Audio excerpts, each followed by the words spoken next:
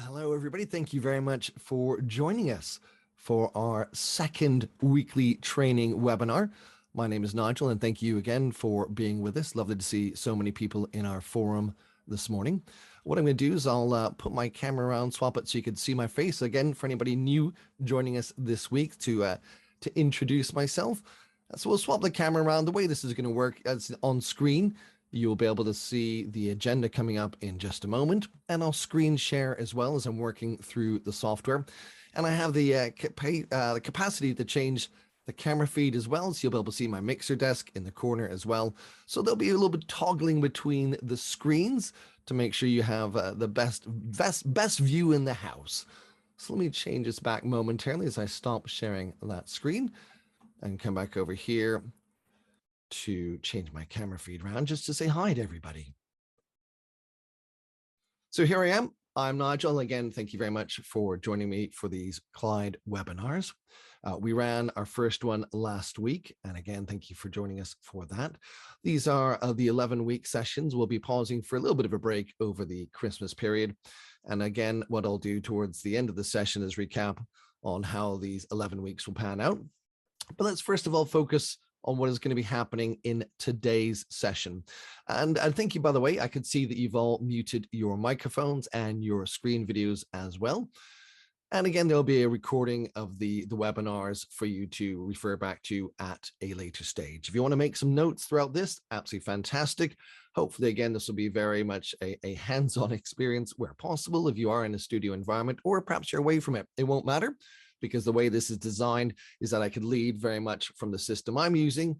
And again, this will support you in your understanding of these products that we're demonstrating. So let me again change my screen background for you.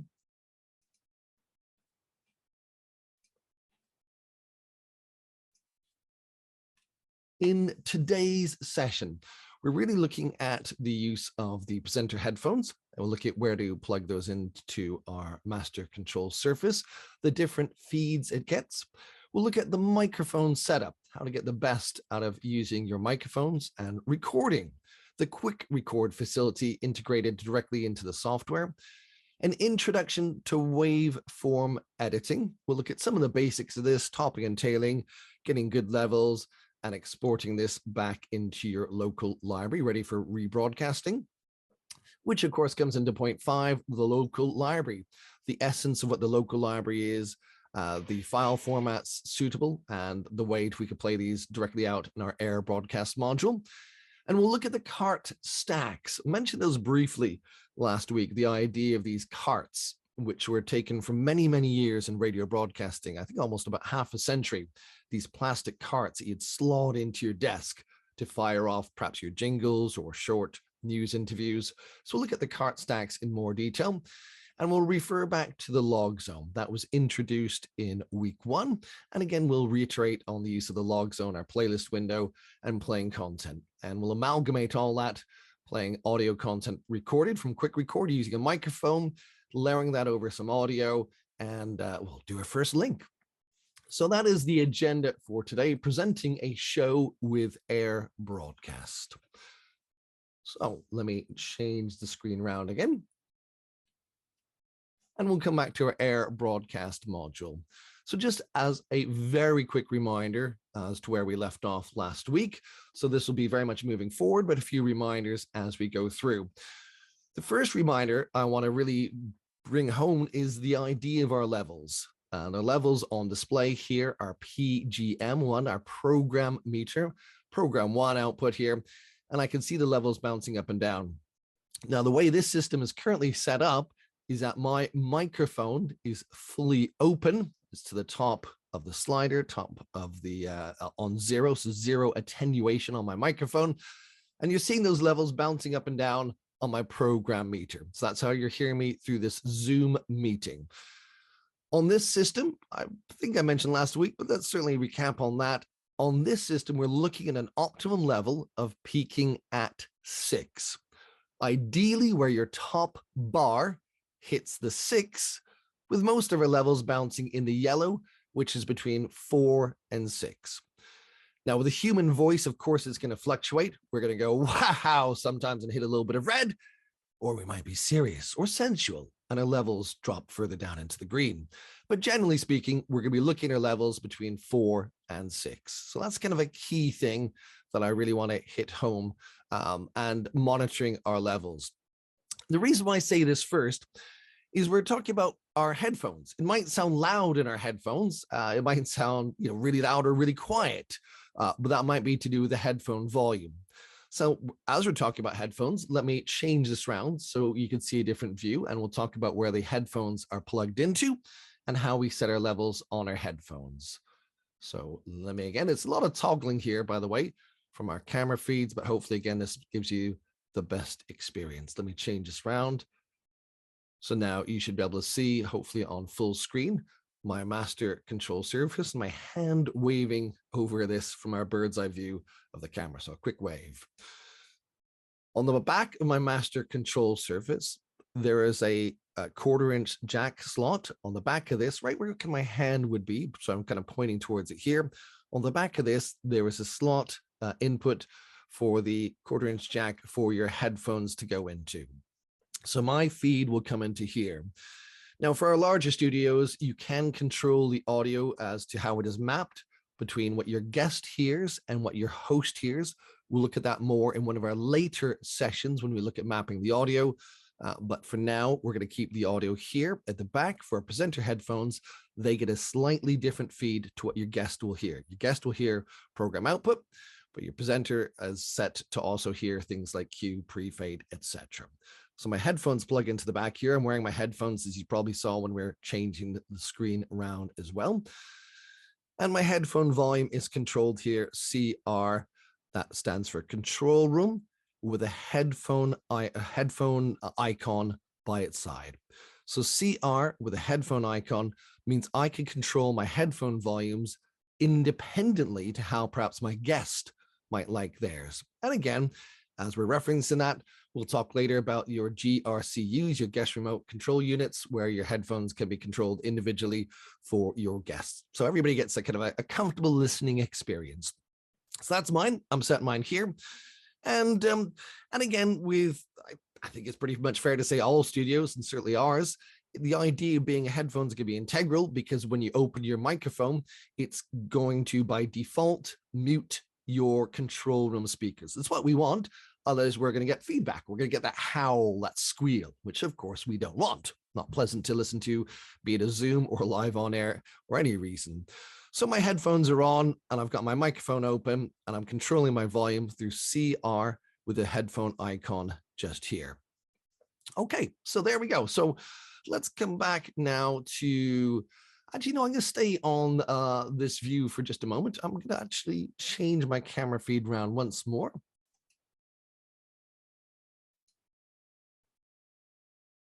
There we go. Well, it's knocked once I set this up. There we go. So bit of a strange angle, I know, but there we go. We've got our next and our third camera feed set up for you this morning to try to demonstrate this. I know it's a bit of a bizarre angle.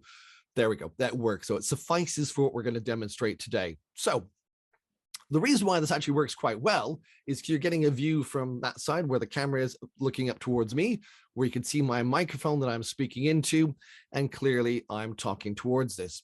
Now, without trying to move the camera around too much and getting it all wobbly and give you kind of motion sickness as I move that around, let me just explain a little bit about the microphone I've got here, the reason why I've set this up in the way I have, and really just focus on the microphone setup.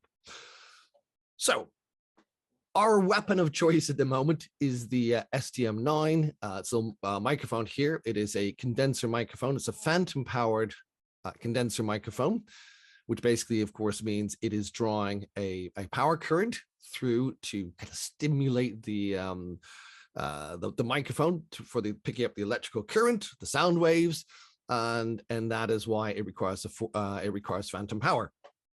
You can have, you can change your setting. You can adjust this. You can go into the admin module and change the way your microphones are set up.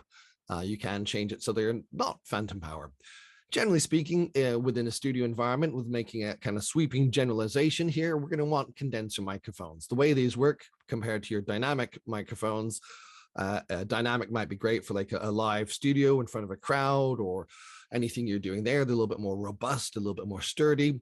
Your condenser microphones have pick up the kind of finer nuances, a little bit more, pick up the little subtleties, and the frequency that they pick up as well is kind of suited more to a studio environment. So generally speaking, we'll find a lot of condensers in there. When we talk about microphones, it's kind of like, I'm going to use the analogy of cars. I'm going to sit here and talk about the microphones that we use and why I think they're fantastic. But of course, it's like cars. Some people might drive a Ferrari, some people might drive a Porsche, some people might drive a Dacia Duster. It is totally personal preference here. But I'm going to tell you about this microphone. So this microphone has a cardioid polar pickup pattern.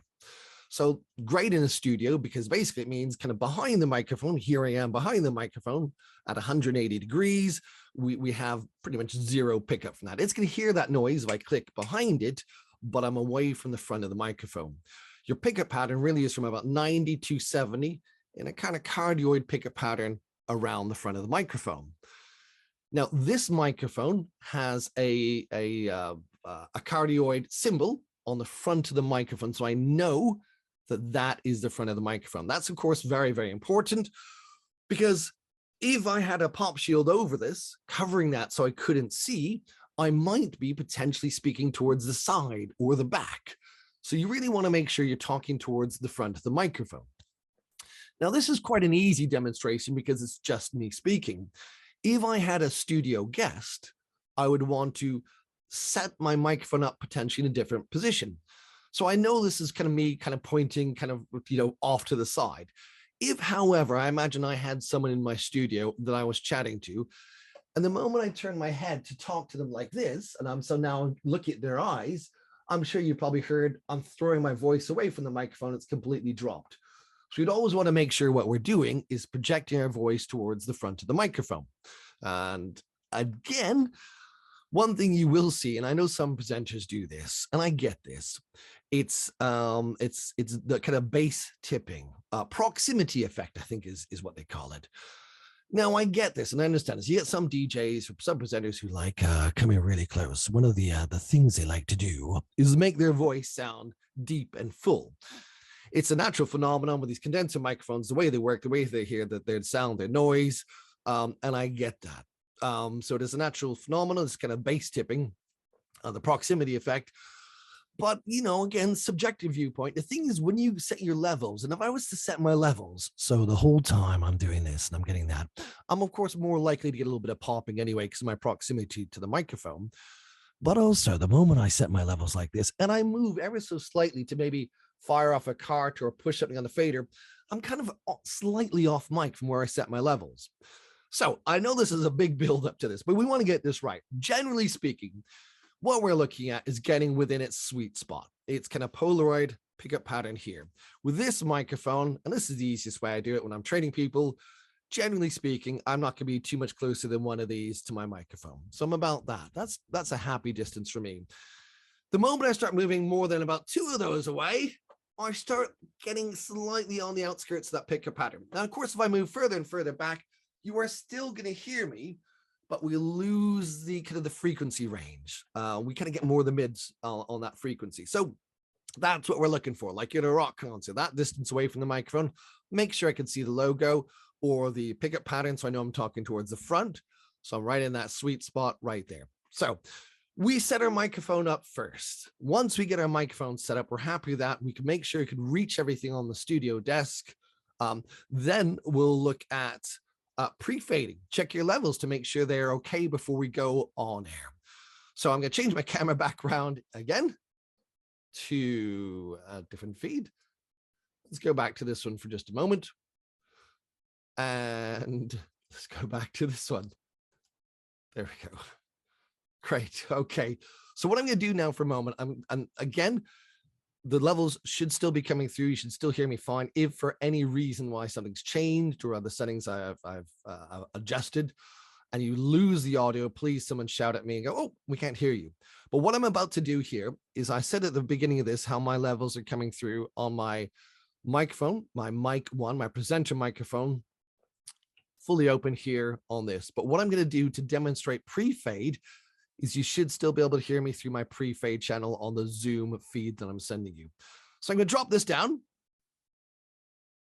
And I've now pressed the PF button on the microphone I want to check the levels for.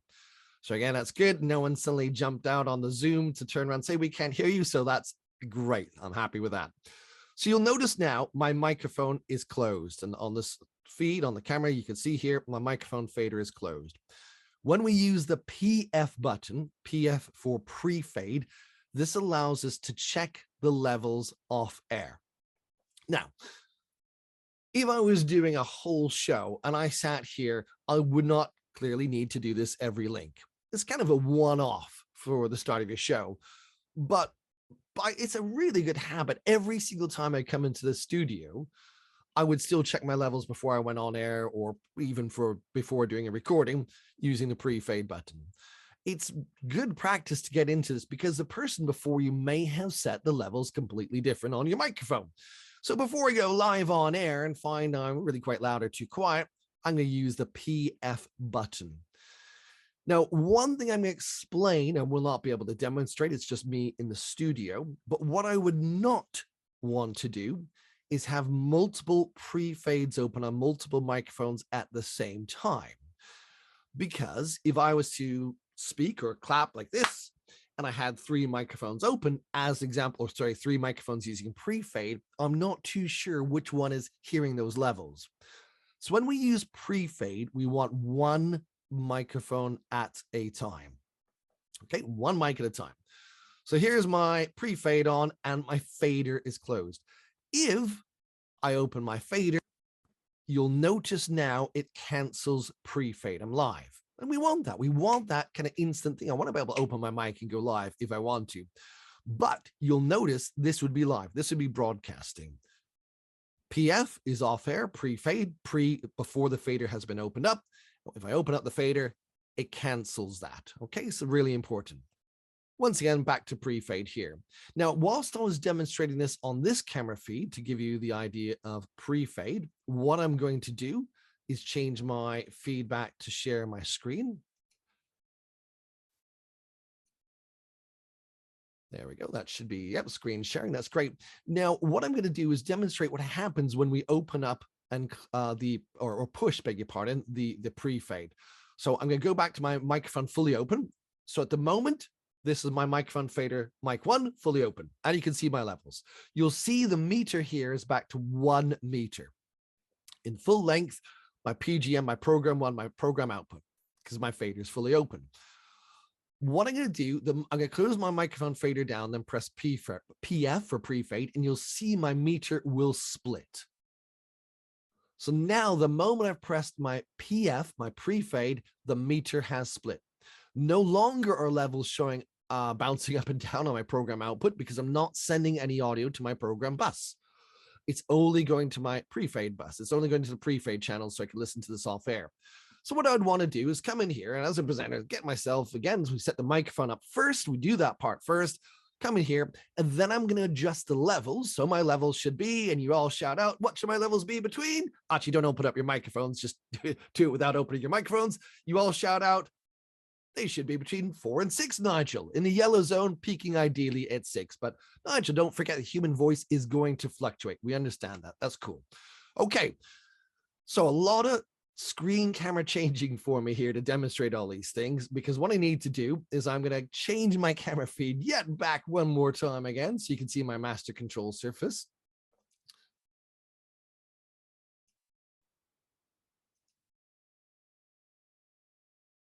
Lots of toggling of buttons here for me to do this, but there we go. We got it back on. Cool. So the reason why you needed to see this feed is because I'm going to reference now our rotary, multi-function rotary encoder, our dial, our knob at the top here. And what this is going to do, it's multifunction, by the way. We'll come on to the other functions in a moment, but we're just going to focus on the left and right turn, clockwise and anti-clockwise. And by turning this clockwise and anti-clockwise, this is going to adjust the decibel input, the volume, the gain of that microphone channel.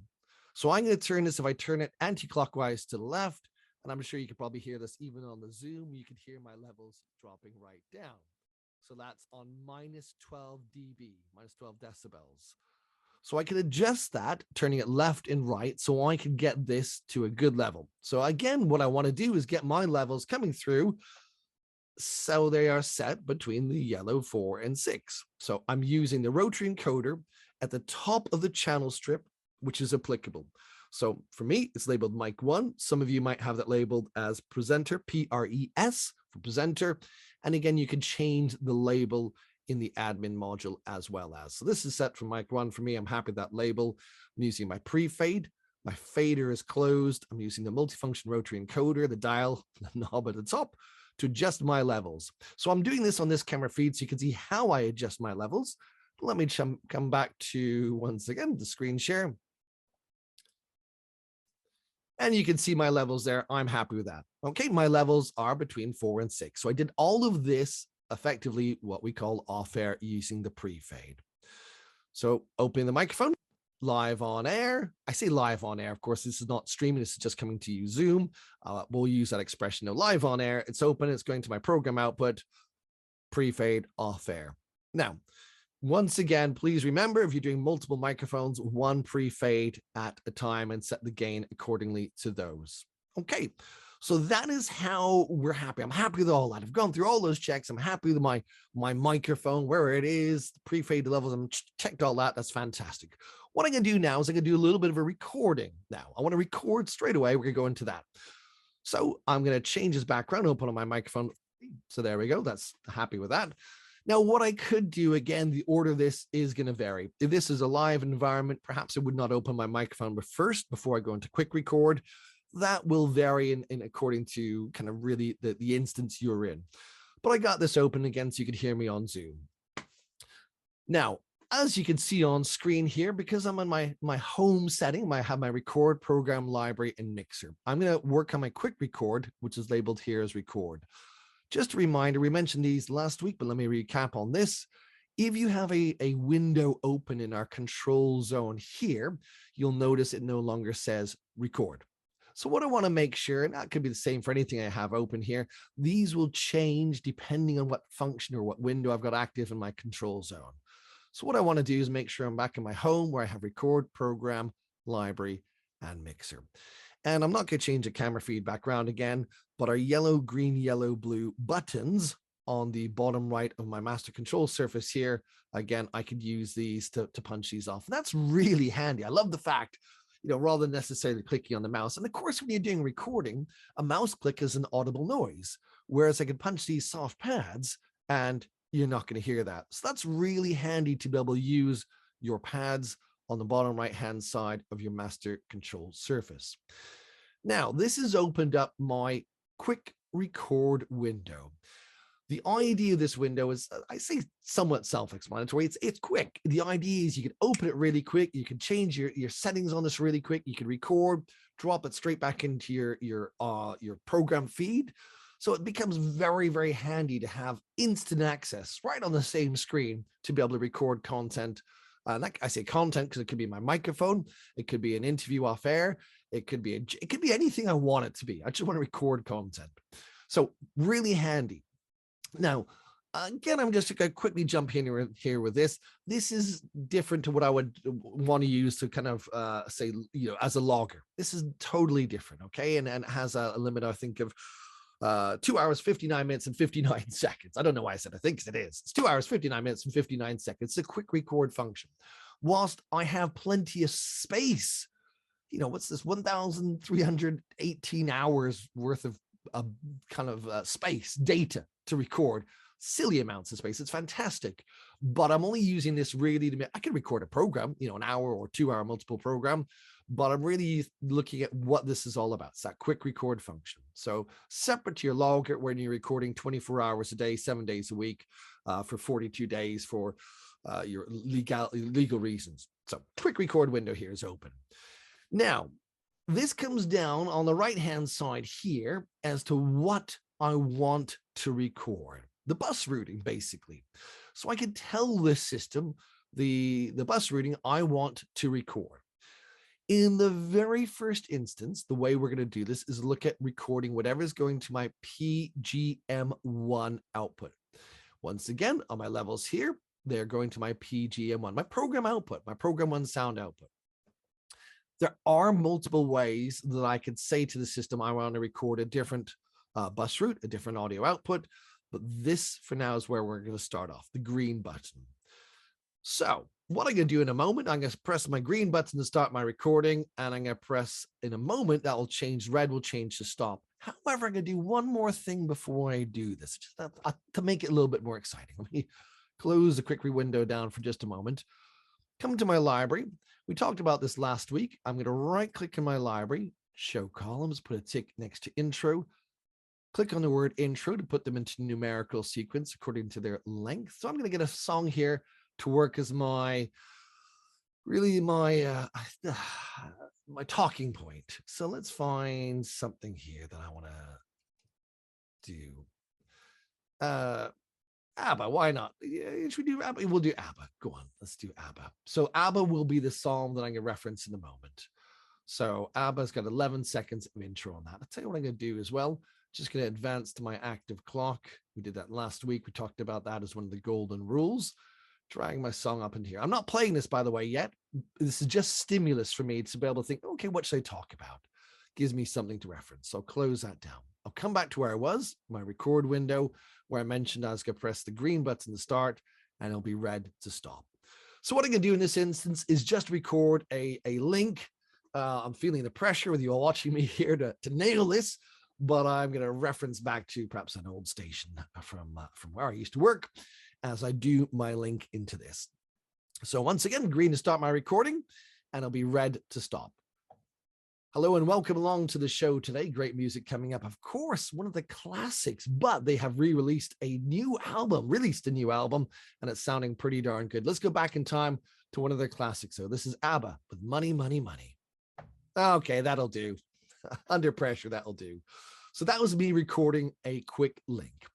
Now, by default, the way the system is going to work, it's going to give me a time and date stamp for this, which is great. It's absolutely fantastic. It's what we want the system to do. So the moment it goes to recording, by default, time and date recording. And it tells me how long that status, so how long the length of that recording was. And it also tells me it's ready. If I wanted to, I could play that out now. However, I don't want to do that, because what I'm going to do is I'm going to edit that. So we'll do another recording in a moment. But what I'm going to do, I'm going to do another recording, but this is one I will edit, okay, the 15-second long. But I'm going to demonstrate this again, just so you can see what's happening as I push these buttons. So when I press the green button, the moment I press the green button, I'll use the pads on my master control surface. You'll notice a few things are happening. One of which, it tells me the bus routing that I'm recording. So it's going to the PGM. Whatever's going to my PGM1 mix, it's going to record. And that will change if I pressed, say, the yellow or blue button, whatever button I pushed, you'll notice that will change. Let me demonstrate that. I'll stop that recording. If I press the record mix to start, you'll see it's telling me I'm recording whatever is going to my record bus. Okay, so that's one of the key things. So it tells me which one I'm recording. So once again, PGM. So here I can see it's going to the PGM. Now I can see the levels, I can see the time counter moving up.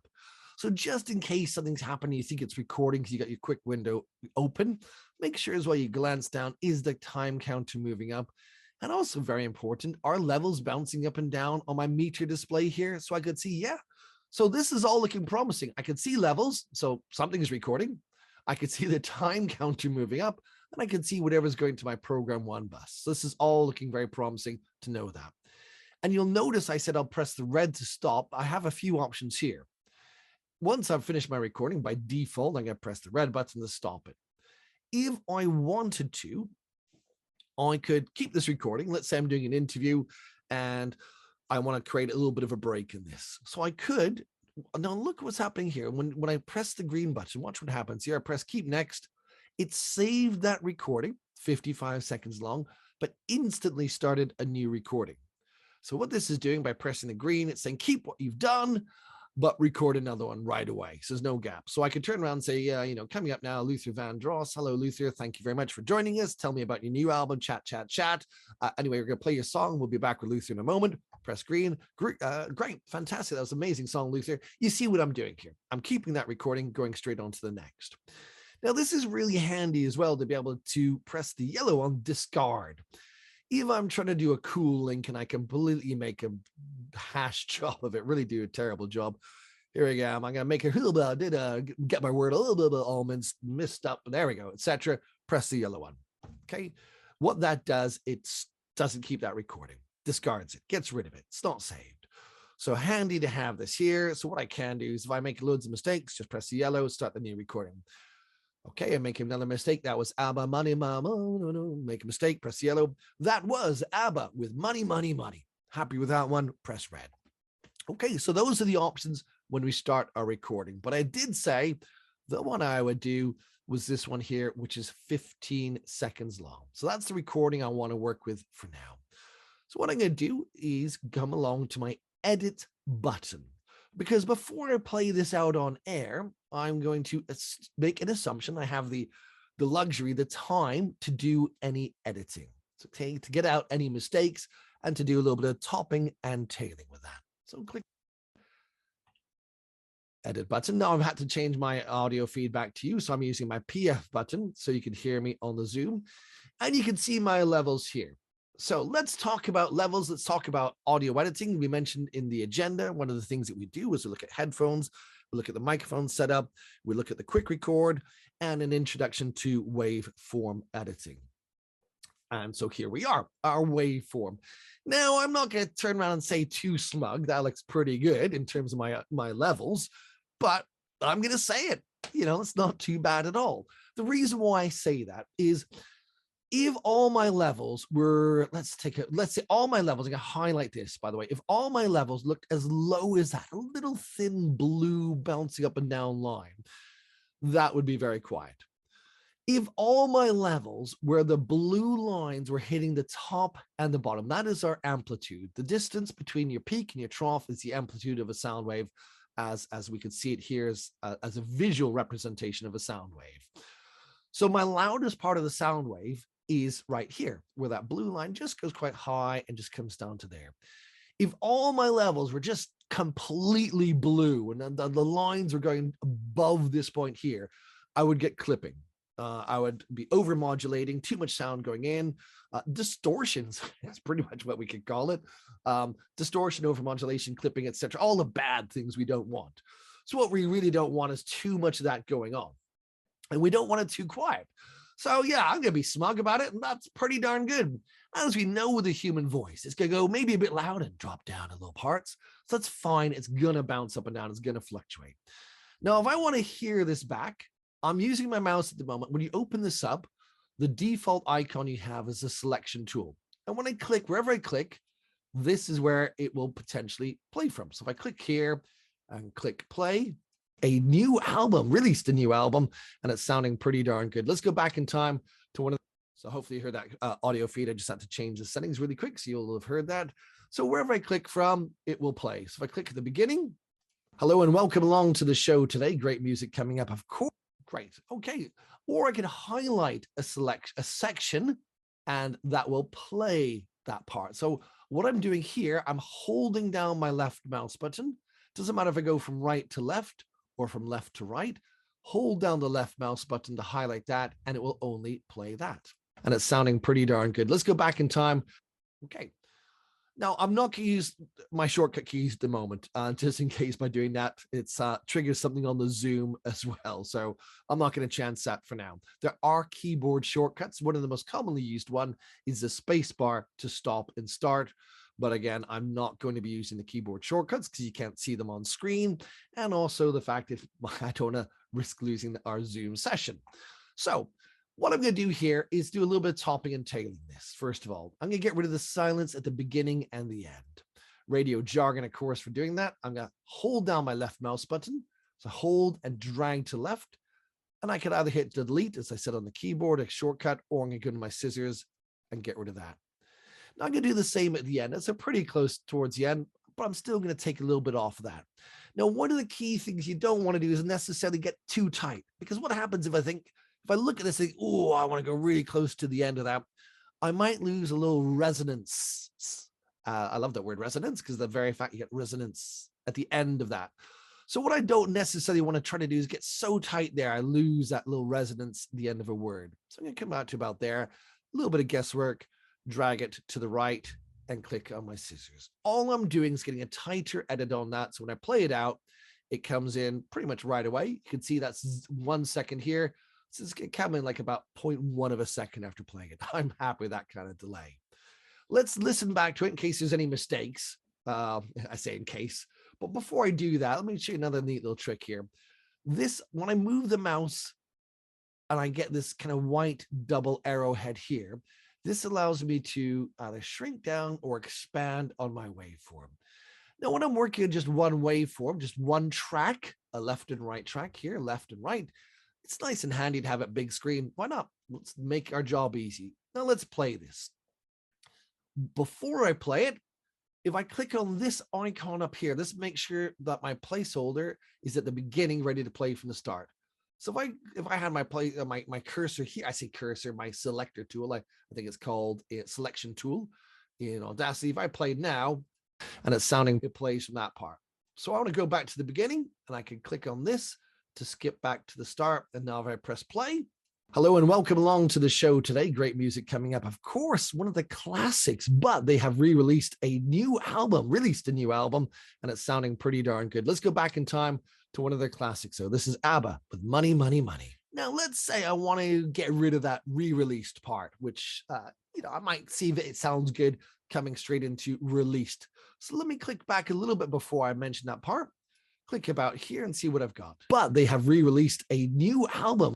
Now that came quite tight. It might be difficult because the way I said it was really quite spoken quickly. So it might be hard to do this edit and make it sound smooth, but let's zoom in. Now, to make my job easier, I'm going to click on this magnifying glass to zoom in a little bit more. The more I zoom in, the more precise my edit can be. But of course, you can go too extreme, and I don't want that. Let's go back to about here so I can see. So I'm really looking forward to see if I can get that released and re-released part. So let's see once again. Re-released that was a pretty good guess as to where we are. So this, I think, will be my but. Well, when I say the word but they have.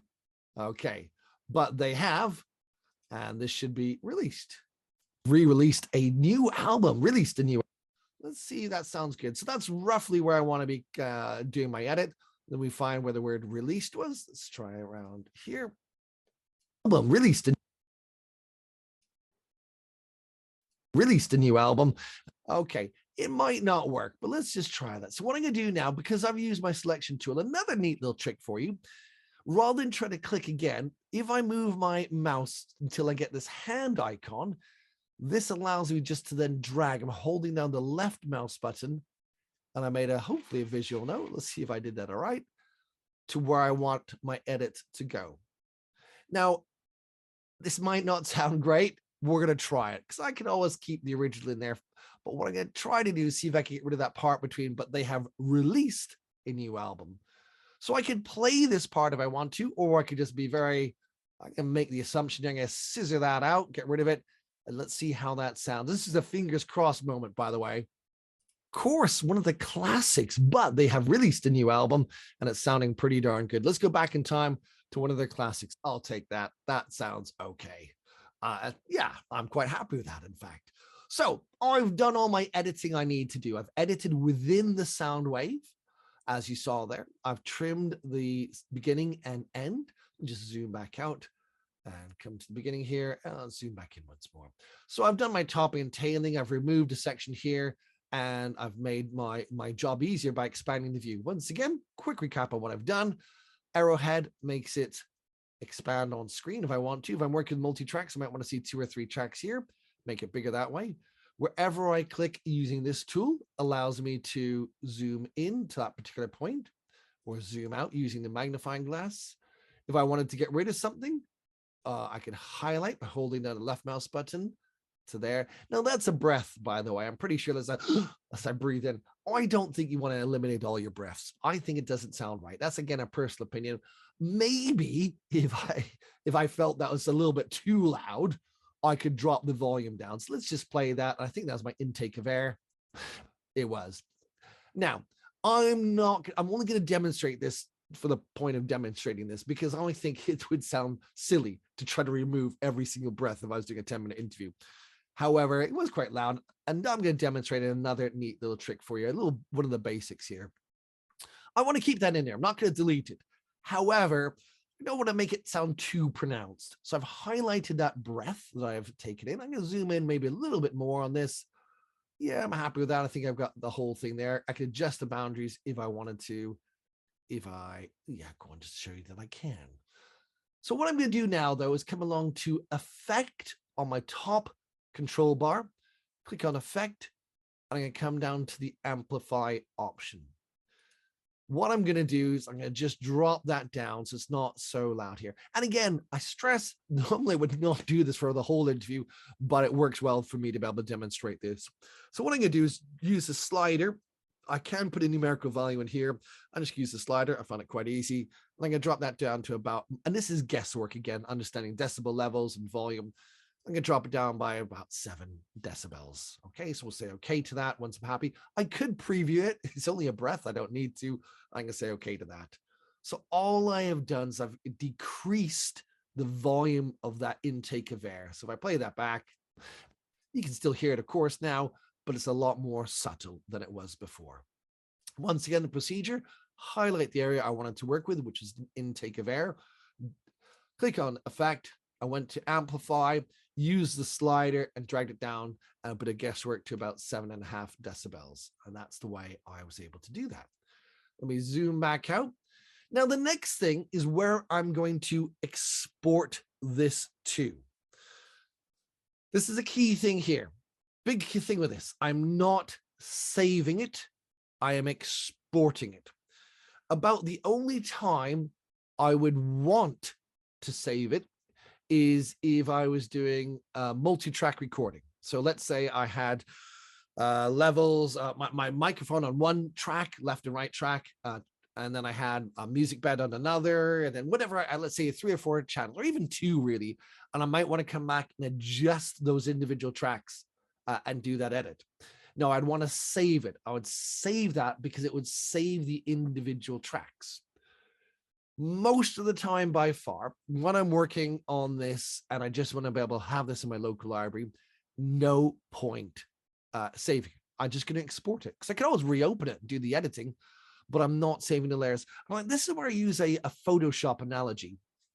For anybody who's familiar with Photoshop, of course, other editors are available, all that stuff, disclaimers. Anyway, I'm going to use a Photoshop analogy. When you work with Photoshop and you use layers, if you save it as a PSD, a Photoshop document, you save the individual layers. Like I kind of like acetates, layering one on top of the other. And I can come back and adjust the layers individually if it's saved as a PSD Photoshop document. But of course, most people can't open that up and don't want to see that. We export it as a JPEG where it squishes all those levels down. It compresses all down into just one image, one layer, so to speak. That's the same with audio editing. I've only got one layer here. Yes, it's a left and right, but it's one track. I don't need to save it. So I'm going to come along and go to File and Export Audio. So here we have export audio. And while I'm doing this as well, actually, I should mention again, I'm demonstrating here using Audacity. And Audacity it's freeware. It's both Mac and PC based. So again, the great thing is you can use it on Macs and PC. It integrates beautifully well with our Clyde software. So we're using Audacity. It's all mapped. This is all done. It's in the box here for you. So when you have this, it's there, ready to go. No remapping or anything like that. It's done. Out of the box, ready to play, ready to use all this. So we're using Audacity to do all this, by the way. And they're all very akin to one another, waveform editing. And you might have experience with other ones, but this is the one we use. This is the one we recommend. This is the one that's all mapped, ready to go out of the box. So export audio. By the way, let me just do that part again because I digressed. So I'm going to click on File at the top, and I went to Export Audio, and it gives me this pop-up window here. Now, it's where I want it to be. I want it to be in my local library or local lib, but I can give you the path directory for your local library as we resave this or save it, export it. I beg your pardon. Now, another key thing here as well, though, in, again, mental note or anything like this or written note, the key thing here, it's a WAV or wave. I heard people pronounce it differently. Of course, WAV is, wave or WAV, whatever. 16-bit PCM. That's kind of crucial. This is what we want. Our local library will read WAVs. They're uncompressed, they're lossless. Here it is. It's a WAV PCM, 16-bit PCM. This is what we want it to do. If, and we're not kind of only going to reference this briefly for now. If, let's say that was an entire show recorded, 60 minutes with music, everything I wanted to go, and I knew that was going to become, I wanted that to become available for a podcast. Maybe I would export that as an MP3 and put this into a podcast folder. So this is again referencing something later on in our training, but to show you it can be done. So I would maybe change that and change it to an MP3. And I can set the level as well. Some people find 192 is fine. A lot of streaming services use 192 as a bit rate. 256, even higher. 320, of course, the higher you go, the better the sound resolution quality of that audio. So again, that is an option that you can have here and you can set, but we're not doing this. We're not going to export it as an MP3 because this is not going to be our podcast. I want that to be our WAV or wave 16-bit PCM, but you can see you have lots of options here as to how you export your audio. So there it is. Now, the other thing as well, this time date means nothing to me. I need to give it something more than that. So I'm going to call it for now ABBA intro. Now, for your station, you might have different protocols as to how you have that. You might have it where it's the presenter's name first, always by default, and then what it is. You don't have any kind of strict taxonomy or protocols to how it goes into your system. But clearly, a time date means nothing. It means nothing to me. I need to have something there. So ABBA intro works fine for me. Now, the path directory, I said I'd go through that. What I'm going to do is come along here to my my options here, this PC. Now, again, by default, this is going to be the norm here. It can be set differently. So again, if you had a partition drive or if you had a networked drive, so it can be different from station to station. And again, that's great. It gives you the flexibility and freedom. If you had, let's say, a networked drive or multiple studios or whatever the reason might be, where you might want to access your local library in a different drive to this. So again, the standard here, we have it on our local drive, i.e. on our PC. This is the example I'm going to show you. But again, please note, this can be unique and set to your specific requirements. For now, I'm going to come along to my C drive, and I'm going to come along to Synergy. I'll go through this again if you are making notes. And then on air and local lib. So let me do that again. If you are references or making notes, once again, on this system, it's on my local drive, my C drive here, and then it's my Synergy option, as you can see here, on air and local lib. And this pulls me back to exactly where I want it to go. And there's my ABBA intro. It's a WAV. I'm happy with all that. I'm going to click on the save. Now, I'm not going to worry about all the metadata here. It's completely superfluous for me to put this information here when all it is my vocals, me speaking over the top or what will be over the top of the ABBA intro. So there's no point putting any of the metadata. But one of the key things here, which is important, I'm going to click on OK. I can say that. If I click cancel, it's going to cancel the export. I don't want to do that. So I'm going to click on the OK button. So there we go. Happy with that. Now, I'm all confident it's all done. So I'm going to close this all down, click on the X to close this, or I could come along and go to File and Exit. We'll come up here and close this down. Do I need to save it? No. Because I've already exported it. If I save it, I'm just doubling up. So again, it all depends on your protocols, what you have in place. There might be a reason where you want to. For me, there's no point. It's just doubling up on space. And also the thing as well is, even if I was worried, even if that was like I can't think of many examples where left and right where I'd want to save it, unless it was like something really special. And I might just be a bit jittery, think, I just want to make sure I spent all that time editing this just in case. And let's say I've done a whole mass of guests and interviews, 3-hour show, whatever the case is, I might want to. But again, 99% of the time, I'm not going to say that. I'm just going to say no. Cool. Okay, so we're back to our air broadcast window here. that was where I did our quick record. I'm going to close down my quick record window. I'm done with that. Close that down by clicking on the close button here. And I'm also going to change it back. So the moment I'm sending you my levels on Zoom through my pre-fade option, what I'm going to do is open up my mic. And we are back to my PGM output here as well. So you can hear my levels on the program output. So I have done my recording here. I want to find that. So I'm going to come along to library. We introduced our library last week. Let me recap on that. I'm going to click on my library here. Back on my home screen, by the way, if I was on record, you'll notice it no longer says library. Back on my home screen, click on library. And what we didn't cover last time is our local. So I'm going to click on local, and this is my local library, where by default, all my recordings from Quick Record will come here. Again, great, handy, I want them there. But again, unless I want to take the time to go through them, they mean nothing to me. So what I'm going to do is find my ABBA intro. There it is. If I can't see it, just a reminder, this is my refresh icon. To refresh, if I've made any additions to my library, which I have, I can click on this, and there it is. But it was there before because I opened it up. It's set to auto refresh when I open up my library anyway. But if you can't see it, there's your refresh button to refresh your library page. So there it is, ABBA. Now, I mentioned in our agenda the things that we would do. I think this is a pretty good opportunity. Let me just do this about halfway through our session here. So this is a reminder where we said we'd talk about the presenter headphones. We've gone through that. The microphone setup, our quick record, introduction to waveform editing, and we're talking about our local library. So just as a kind of recap as to where we are, a little bit more than halfway through our session, in fact, about 3/4 of a way through our session. And you can see here that we're going through our local library. Now we've talked about that, and we're about to introduce our cart stacks and reiterate on our log zone. So again, if you're kind of got the clock in the corner of your eyes, we plan for up to about 90 minutes with these sessions, but we're looking well on track to where we wanted to be for today's agenda. Okay, let me swap back to here. So, excuse me, I'm just going to cough. I'm going to close my microphone.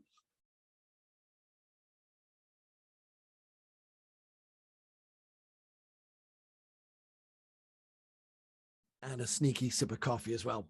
There we go. Right. So back to where we were. Open up my library. Here's my local library. These are our WAVs that were stored in my local drive, my C Synergy On Air local library. They're WAVs, and they're ready to play out. And I'm going to take that recording, ABBA intro, and I'm going to pop it into my cart stack. I could play this from my log zone, my playlist window here, but I'm going to demonstrate our cart stack today. So I'm going to pop it into my cart stack. Reference this briefly last week. We have all these slots, 4 pages on cart stack A, 4 pages on cart stack B. I have 48 slots at my fingertips to play audio content. And that can be, just to show you, that can be jingles. It can be your advertisements. It can be a piece of music. It can be my news stories. So I can have all this different stuff here playing out of my cart stack. But what I'm going to do is just use my ABBA. So come back to local. In fact, I can close this down. I don't need it open anymore. I'll close that down. What I'm going to do is get rid of this stuff that I was just quickly demonstrating how I can have multiple content. So I'm going to take those. I'm going to right click with my mouse, my right mouse button, and just drag these into the bin. I can do multiple pages. We'll come on to that later. I'm just going to right click and drag them into the trash, the garbage, the bin, recycling bins. He gets recycled. We're all conscious here of worldly savings. There we go. Recycling bin down there, gone into there. By the way, it's not deleting. I make light of that. It's not deleting the actual audio content.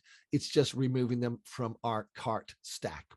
So here we have our ABBA intro. I got pretty darn close. It's 12 seconds of recording. My ABBA intro is 11 seconds. So what I'm going to do here is I'm going to do a couple things here.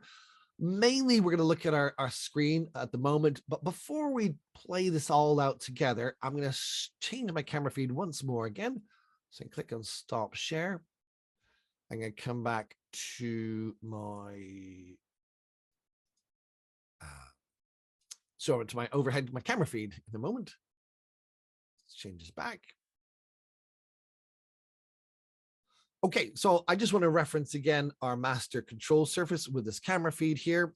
And I have currently set up, remember we mentioned this last week, it is a digital desk, so it's completely assignable. I can lay this out how I want. I can have my cart stacks over here, or I might have my microphone over here, whatever. It's completely assignable. It's a digital desk. It's, so quick to be able to assign it how I want.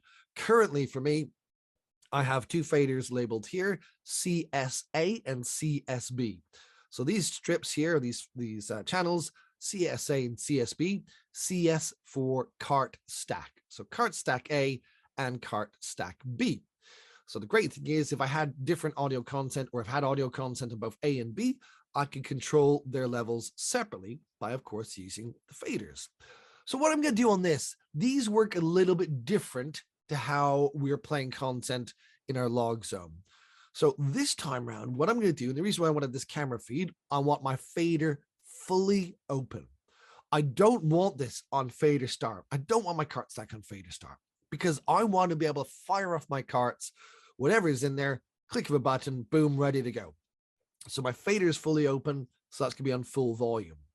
But what I'm going to do as well, when I open up my song, rather than going all the way top, last week we talked about how these are logarithmic faders and they work on the attenuation of decibels. So it's not linear, it's a kind of curve like that. So rather than having my fader fully open when I do that, I'm going to have it open to roughly around about here, 3/4, about 10, because I want my audio from my cart stack to be more pronounced, my vocals, me speaking, over my music. So I'm still going to have it on fader controlled for now, but I can change that. I can change it so I have this open and then press the on button to start my music. That's for another day. So just wanted to change the camera feed round. Let me share my screen, come back to here, and we're back to my Air broadcast module. Okay, so cart stack fader is fully open. What I'm going to do is in a moment, I'm going to close my microphone down. So again, I'm going to let this do the talking, so to speak. I'm going to play my ABBA Money, Money, Money, and I'm going to play my ABBA intro. I'm going to layer the two sounds over one another. So I'm going to drop my mic down as I do that.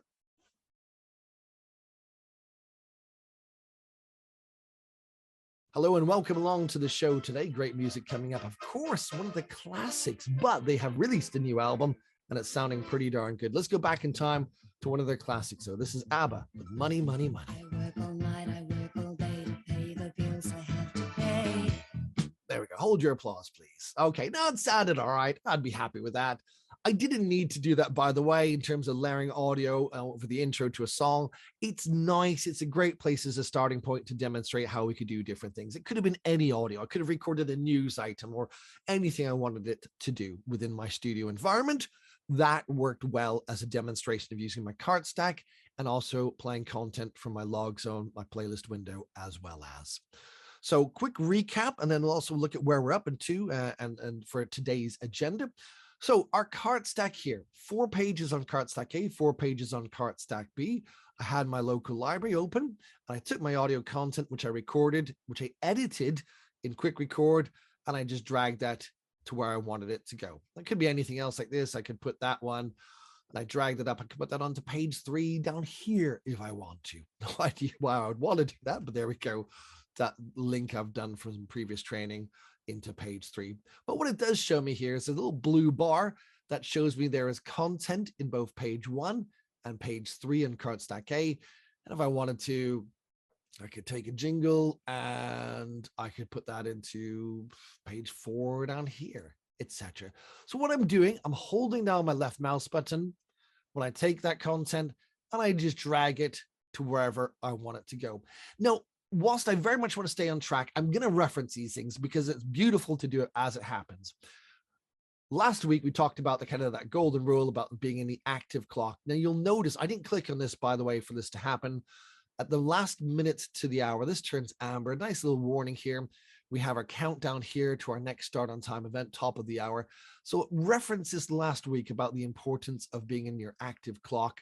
But I just wanted to point this out because it's happening on screen. So once again, it's doing so much of the work for me. It just makes my job so easy because what I can see here is that currently if I had content, this is a 10 o'clock hour, it's saying like, hang on here, you ready to go for 11 o'clock hour? If I want to, yeah, absolutely.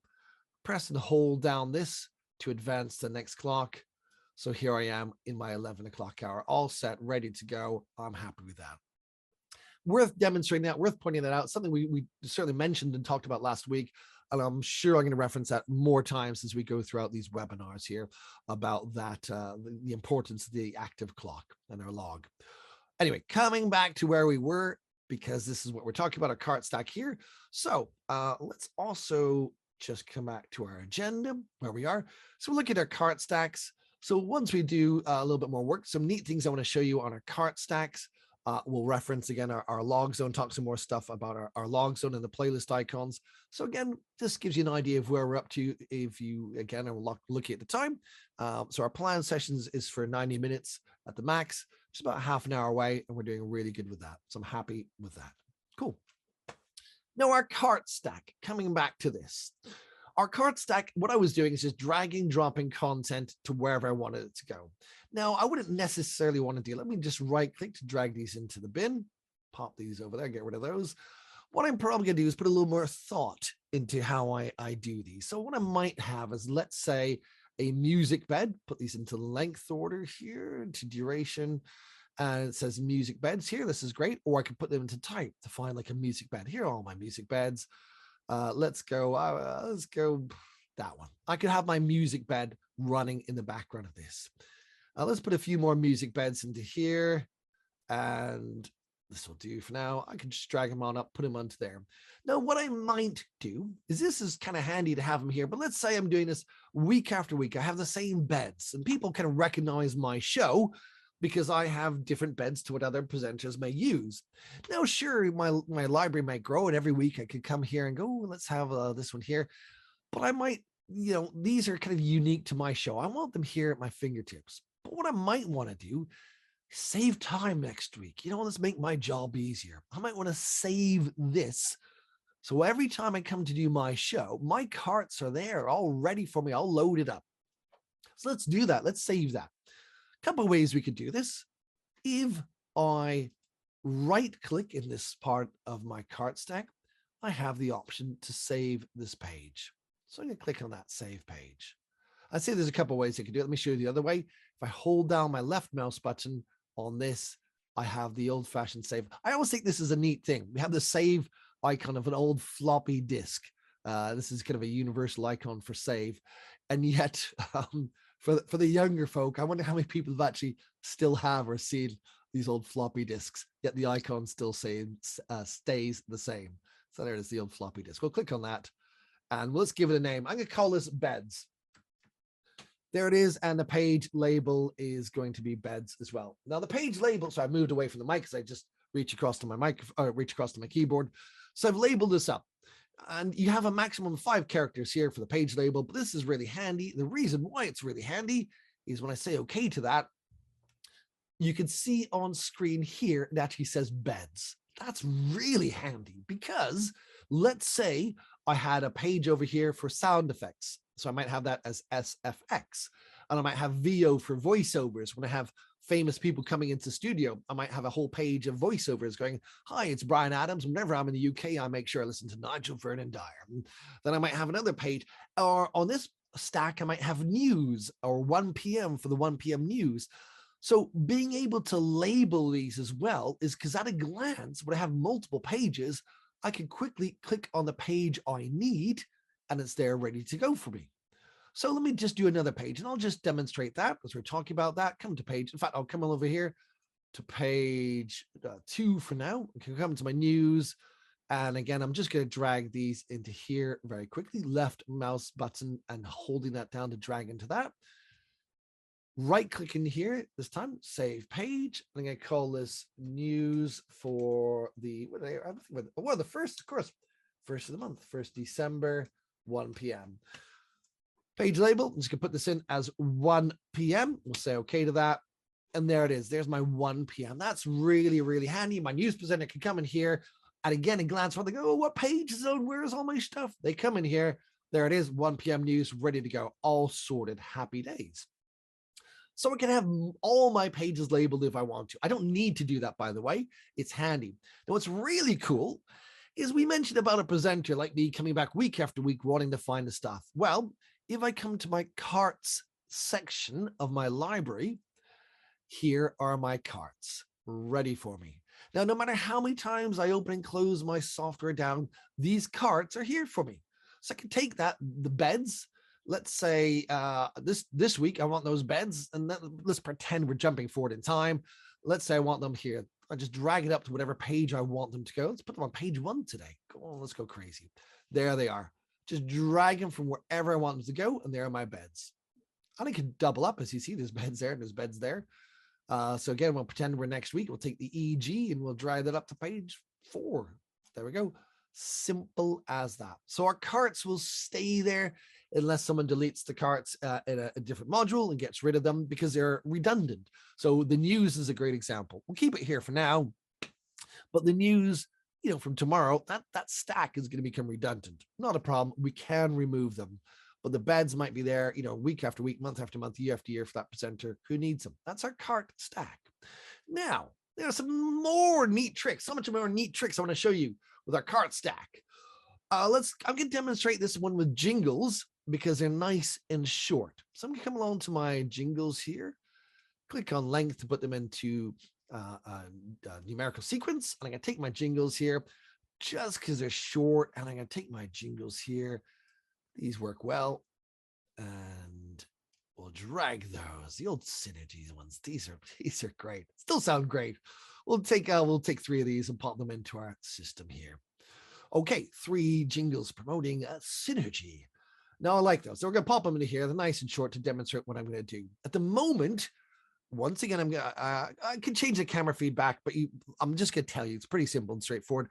I'm just opening up my CSB fader. Okay, I'm not gonna go through the whole thing and changing that back, and hopefully you have a little small window anyway. You can see that my CSB for Cart Stack B, because these are in Cart Stack B. I've opened that fully. So whichever one I click on, Synergy, I can click to start and stop these. Okay, like a cart back in the old-fashioned days when you had that cart, that plastic cart with that continuous tape loop to always go back to the beginning. It's what we want, and it's there at the beginning every time I play it. Now I can play multiple items at the same time. It will be noise layering on top of each other. synergy, But I can. And by the way, I'm just using my left mouse button to click to start it, and left mouse button to stop it. Start, synergy, stop, left mouse button. And again, multiple items, any order, you can see. That's all noise I'm doing at the moment. Now, this is great by using the mouse button, but what I might want to do is change the mode of playout. So at the moment, both Cart Stack A and Cart Stack B are on manual. But if I click by using the left mouse button to click on the actual letter A or B, as I've done here, clicked on B, it's now changed it to the semi-automatic mode. Now, this is great because basically the semi-automatic mode, it does a couple things, one of which it gives me this big placeholder here, which tells me next time I fire off the cart stack using the on buttons, which I'll demonstrate in a moment, this will be the one that plays. This is really handy if you, let's say, I use the news example, because I can keep my eyes on the script, hover my hand over the on button. I don't need to even glance up because what's going to do the work for me. So what I'm going to do, I am going to change the camera feedback briefly for a moment. So I'm going to stop sharing the screen to come back to my camera feed. And again, I don't know if I need to toggle this, but I will make sure you have that. There you go. You should have my master control surface there. And just to quickly want to show you this, because what I'm doing here, what I'm using the semi-automatic mode, it opens up the option to use these off-on pads at the top of that channel strip, which is set to Cart Stack B. Cart Stack B, fader fully open. I can use my off-on buttons now. So in the semi-automatic mode, these I can use these. Okay, so I just want to change the screen around so you can see that, and you'll hear that if I press play.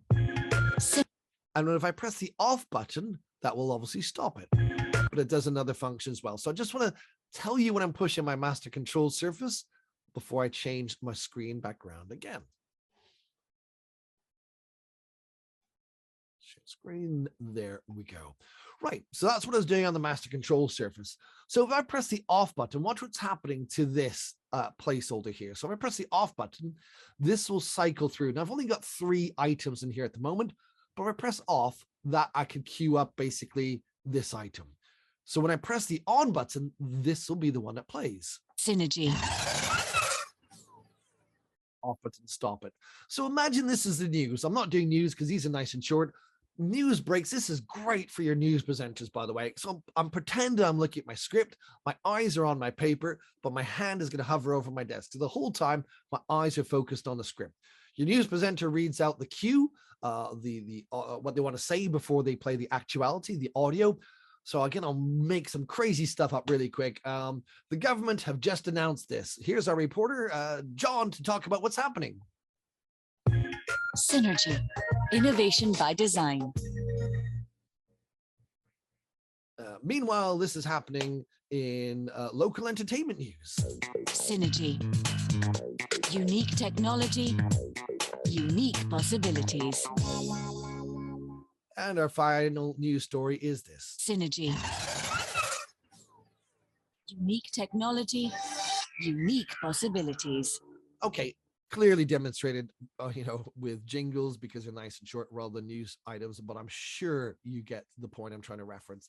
That becomes really handy, being able to use the off on buttons to be able to cycle through to what I want it to go. And you don't have to do it for news. If I just, doing an hour-long show, forget which jingle I've played, it's great. It tells me the next one to play is this one. Or of course, press the off button to stop it.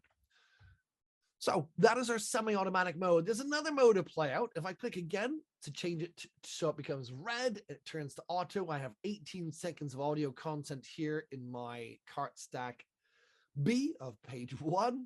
And you can probably guess what's going to happen here on the auto, but quite simply, when I begin to play my content.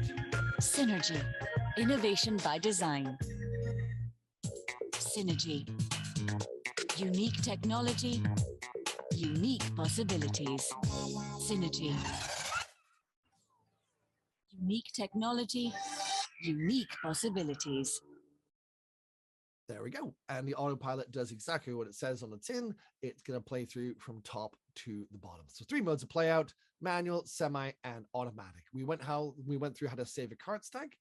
If I want to delete a single item, right click and drag it, holding the right mouse button down into the bin. But I have stuff on here on multiple pages I want to clear really quick. So another neat little trick to you, I'm going to right click in this window and go to clear all pages, and I'll say yes to that. It's removed all my content from cart stack A. It's not deleting it from the library, just removing it from my cart stack. Right click here, clear all pages, say yes to that. And that's it. And that's our cart stack. So neat, really neat to have that. Yeah, I mean, I think, again, as a personal point of view, I use them both in harmony. I use this, again, for the best things I want it to do.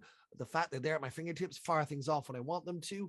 I could do a whole show if I wanted to, just using my cart stack. I could do a whole show just using my playlist faders and my log zone. But when I use them together, it just opens up so many possibilities of cool things you could do. Okay, let's look at where we are today. So we've gone through our cart stacks, and I just want to spend a little bit more time talking about our log zone. And if it helps in any way, I'm going to try to aim to finish that in about 10 minutes. We'll see where we do at time. I'll make a note of where we're up to. Certainly want to go through some stuff. But again, I want to use the last sort of 5 minutes or so where I open up the forum and just really kind of open this up. And we'll talk about where you can also send your kind of further questions to, and our support page. And we'll go through all that in just a moment, but let's spend a little bit of time on our log zone. So last thing we're going to do today, mention this briefly in week 1. This window here is our log zone, our playlist window. And again, I'm going to refer to those terms harmoniously. It was previously historically called our playlist, and that's why our faders are called PL, short for playlist, playlist A, playlist B. We reference this now as our log zone, and we talked about the active clock. At the moment, I'm in the 11 o'clock hour here in the UK, grey, overcast, and very cold in the studio, but 11 o'clock here in the UK on Wednesday, the 1st of December. This is my active clock. I can look at what is played in the previous hours, and I can look at what's coming up in future hours as well. Okay, but here I am, 11 o'clock.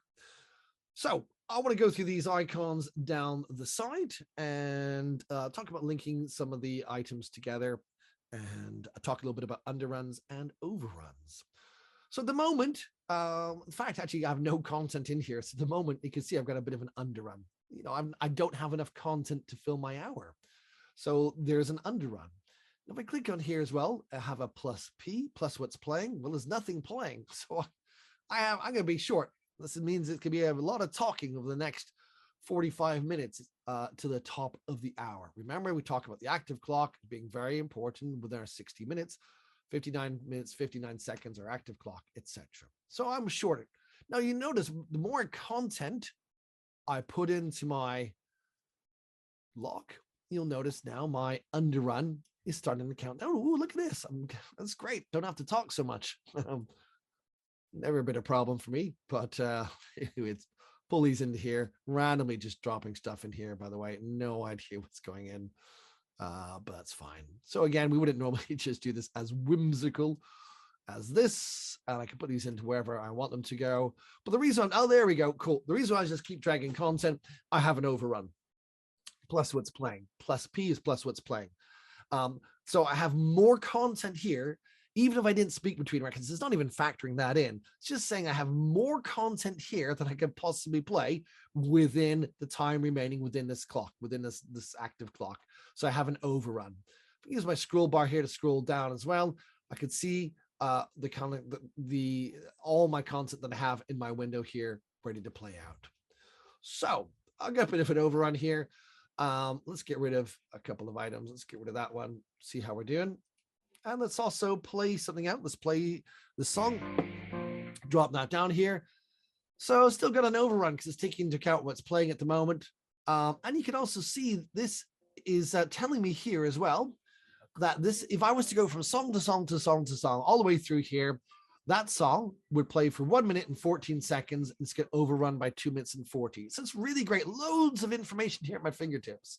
And all I did is I hovered my mouse down here and it tells me, and it's also yellow. So it's highlighted this event, which is a song. And it tells me once again that it's going to play for 1 minute and 14, overrun by 2:14. So at any stage, your presenters could turn around and keep an eye on what they're going to do within a clock. If you've worked out your speech to music ratio, you understand how much generally within each hour they're going to be talking, your presenters, and how much music or audio content will be played out. It's really handy to keep an eye on that. And again, what I can do, because I'm in the live assist, i.e. I'm the presenter here, you can see once again, live assist, where I'm wiggling the mouse.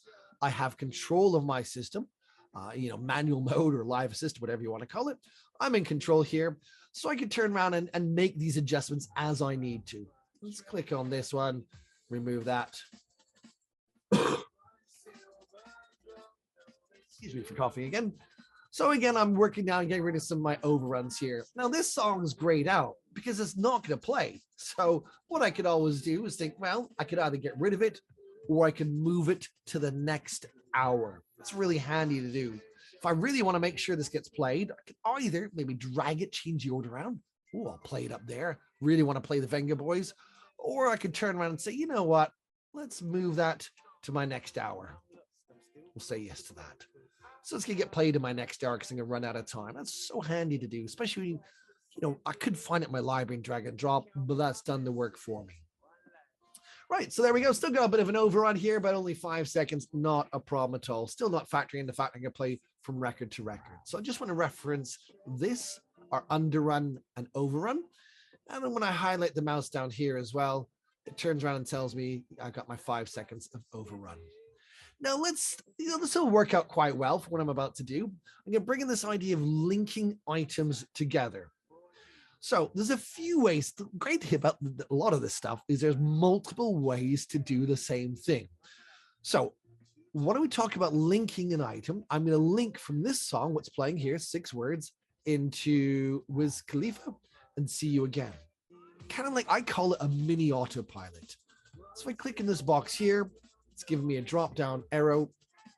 And that's the link from the song playing, the item playing, by the way, I say song, it's a song, into this item. So I don't need to kind of do any work. Now I can do multiple items. So I can do that and that, or I can change these around. But I'll tell you what I can do really quick to demonstrate this. I got 25 seconds. I can pull this off. I'm going to drag this down to here, put this one into here, then put my links in. Now I'm going to step away from the mouse. Okay. I'm going to move my mouse away. I'm not pushing anything. I'm going to let the system do all the work for me here and watch what's going to happen as we go from this into 2 jingles into Wiz Khalifa. So I'm not pushing anything. taking you back to the 1980s. There we go. Did all the work for me. I linked those items together.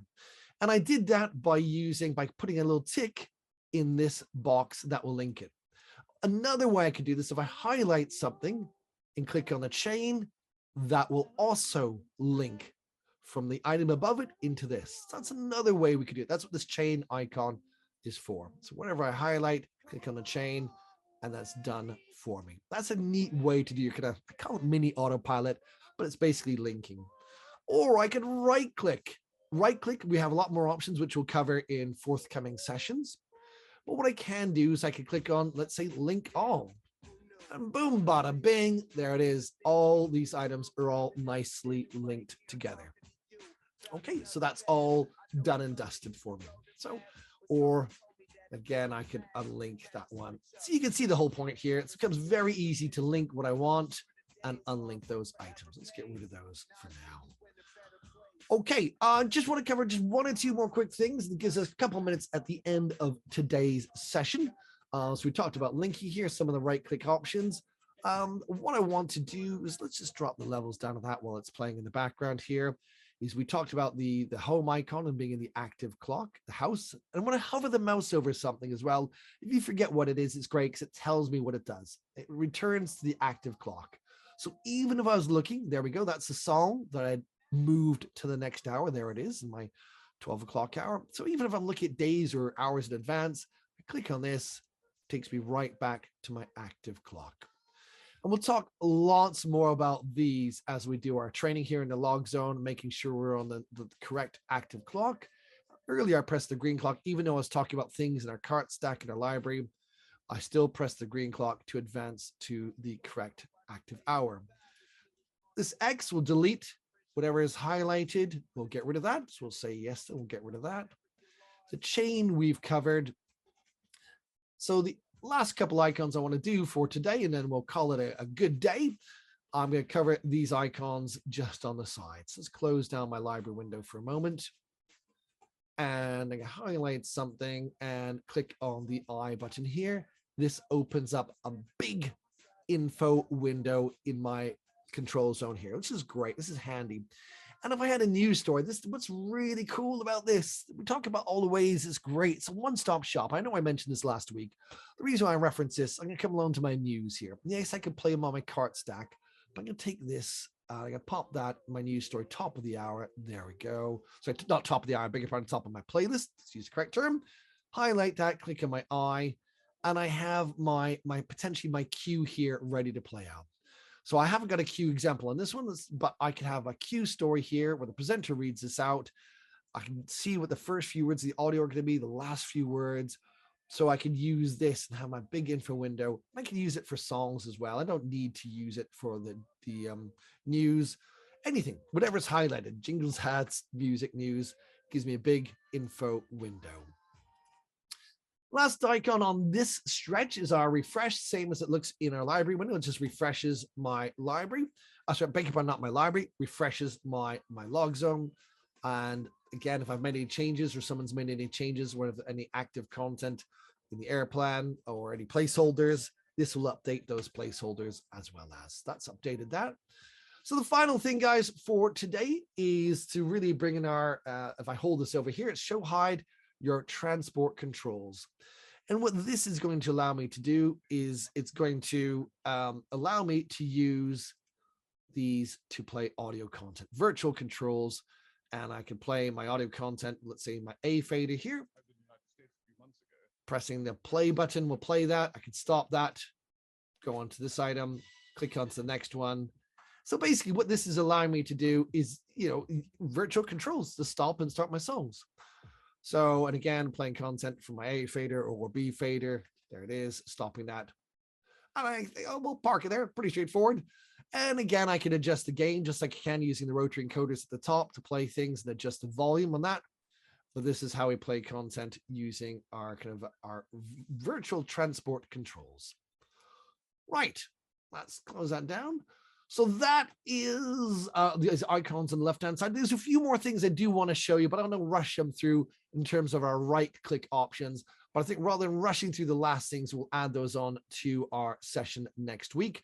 Other than that, we've done all the icons on the left-hand side, but more things I want to show you with the right-click, which we'll do next week. Because this, let me change my screen back. So we talked about the log zone today. We covered all those. Let me just kind of give you some further things that you can see on screen. As a recap here, where to connect the headphones. Well, we've done these, and you can read these as I'm talking through this. We've gone through the different types of microphone, the different pickup patterns, how this is polar, cardioid polar pickup pattern, bass tipping, the natural phenomenon being close to the microphone, and overmodulation if I'm too close potentially. Microphone techniques, proximity, pre-fading using the PF button on our master control surface, opening and closing the mic fader, they're logarithmic. We talked about that. We mentioned that last week as well regarding our playlist channels. We talked about maintaining microphone levels, kind of, again, setting the gain or using the fader.